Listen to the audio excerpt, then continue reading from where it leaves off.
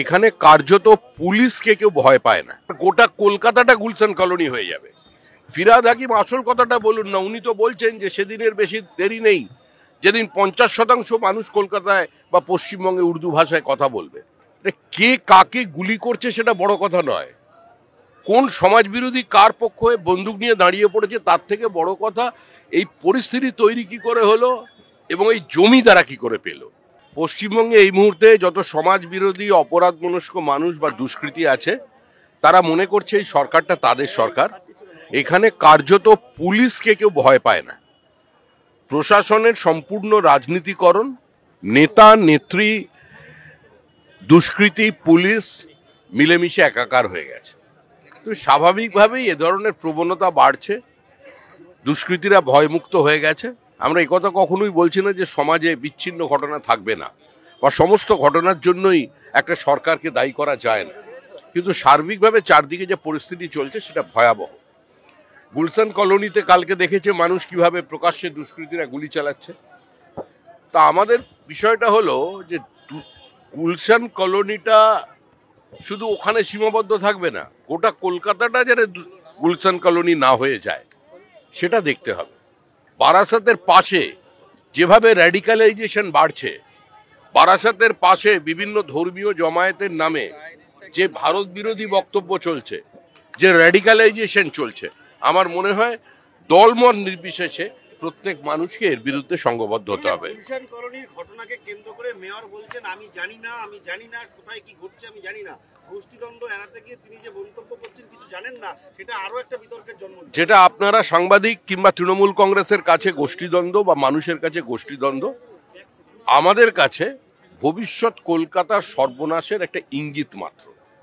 Gulshan colony কি করে তৈরি হলো, সেখানে বিদ্যুতের সংযোগ কিভাবে এলো, সেখানে ওয়াটার কানেকশন কে ব্যবস্থা করে দিল, গুলশান কলোনিতে কারা আছে, বাংলাদেশি মুসলিম অনুপ্রবেশকারী আর রোহিঙ্গারা ভরে গেছে গুলশান কলোনিতে।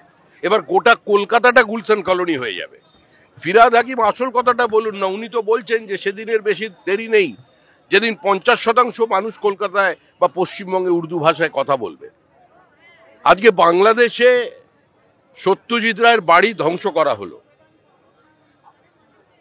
সুনীল গাঙ্গুলির বাড়ি দখল করা হলো, রবীন্দ্রনাথের মূর্তি ভাঙা হলো, রবীন্দ্রনাথের প্রতিকৃতিতে আগুন জ্বালানো হলো, রবীন্দ্রনাথের লেখা জাতীয় সঙ্গীত বন্ধ করে দেবার জন্য আন্দোলন চলল। ওপারে আন্দোলন চলছে, ওপারে হিন্দুদের ওপরে, মুক্ত মনস্ক মুসলিমদের ওপরে আক্রমণ চলছে, বৌদ্ধদের ওপরে চলছে, খ্রিস্টানদের ওপরে চলছে, আর এপার বাংলায় কিছু মানুষ সেলিব্রেট করছে। মালদায় রবীন্দ্রনাথের ছবিতে আগুন লেগে গেছে। এরপরে বাংলা বাঙালির অস্তিত্ব কোথায়? মেয়রের বিষয়ে আমি কোনো ইন্টারেস্টেড নই। মেয়র সব জানেন কি জানেন না সেটা নিয়ে বাংলার মানুষের কোনো মাথা ব্যথা নেই। মানুষ তৃণমূল কংগ্রেসকে গ্রহণ করেছে, পরীক্ষা করেছে এবং ছেড়ে দেবে। Trinamool accepted, tested and now being rejected, এটাই হচ্ছে মত।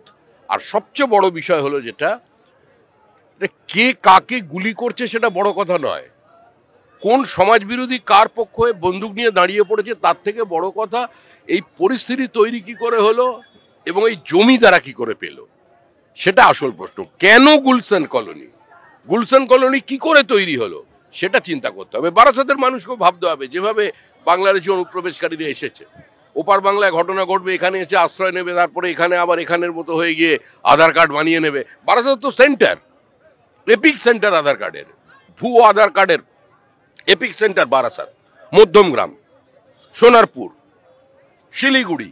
আপনার যেখানে যত বাংলাদেশি অনুপ্রবেশকারী ধরা পড়ছে, রোহিঙ্গা ধরা পড়ছে সারা ভারতবর্ষে, কোথা থেকে পেয়েছি? বারাসাত থেকে পেয়েছি। 26 নরেন্দ্র মোদীকে খুন করবার চক্রান্ত নিয়ে দুজন উগ্রপন্থী যখন গিয়েছিলেন নিউ দিল্লির রেলওয়ে স্টেশনের প্ল্যাটফর্মে ধরা পড়েছিলেন, কোথা থেকে গেছে? তারা বসিরহাট দিয়ে ঢুকে বারাসাতে এসছে, বারাসাত থেকে ট্রেন ধরে শিয়ালদা থেকে রাজধানী ধরে দিল্লিতে গিয়ে অ্যারেস্ট। বারাসাত গুরুত্বপূর্ণ জায়গা। আর সারা দেশে যত ধরা পড়ছে, উত্তর 24 পরগনা শুধু নয়, নদিয়ারও যত অনুপ্রবেশকারী ধরা পড়ছে, নদিয়া বলে পরিচয় দিয়েছে, তাদেরও এপিক কার্ড এখান থেকে তৈরি হয়েছে, তাদেরও এপিক কার্ড আধার কার্ডের সেন্টার হয়ে গেছে বারাসাত। একদিকে আপনার যত জাল নোট ধরা পড়ে 72% পশ্চিমবঙ্গ থেকে আসে। জাল নোট তৈরি হয় মালদার কালিয়াচকে। আফিম চাষ, ফেন্সিডিল আর জাল নোট সেটা হচ্ছে ওদিকে। আর এপিক সেন্টার, এপিক কার্ড সেটা হচ্ছে বারাসা। আমার এই ভিডিওটা যদি তোমাদের ভালো লাগে তো ভিডিওতে লাইক কমেন্ট করে দেবে। আর এই চ্যানেলটা আমার নতুন চালু করেছি, তো চ্যানেলটা যাতে বড় করে উঠাতে পারি তাই জন্য তোমরা চ্যানেলটাকে সাবস্ক্রাইব করে দাও তাড়াতাড়ি। দেখা হচ্ছে পরের ভিডিওতে। টাটা।